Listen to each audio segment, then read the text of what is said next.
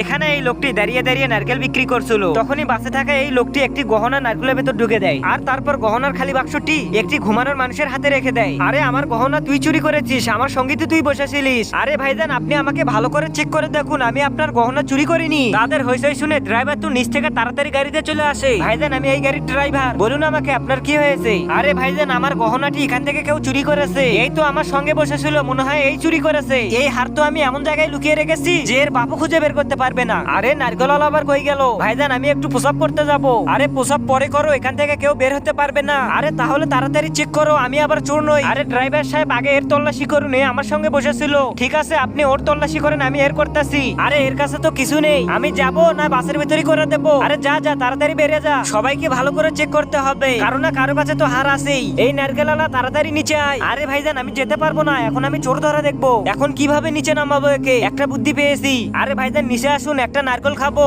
আরে আমি এখন নিচে যাবো না, খেতে হলে উপরে আসুন। আরে শালা এবার কি করব?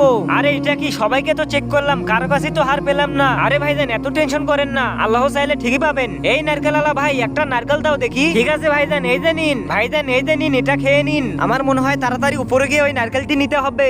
তার আগে যারা চ্যানেলটিকে সাবস্ক্রাইব করে দেবে তাদের মা বাবা যেন অনেকদিন বেঁচে থাকে, আর যারা ভিডিওতে লাইক কমেন্ট করবে তাদের মনে আশা যেন পূর্ণ হয়, আর কমেন্টে লেগে যাও আই লাভ ইউ মা বাবা। আরে ভাইজান আপনার ওই ভাঙা নারকেলটি কোথায়? কি তাহলে এই নারকেলে তুই এটা লুকিয়েছিলিস? ধলাই করো শালা চোরকে সবাই।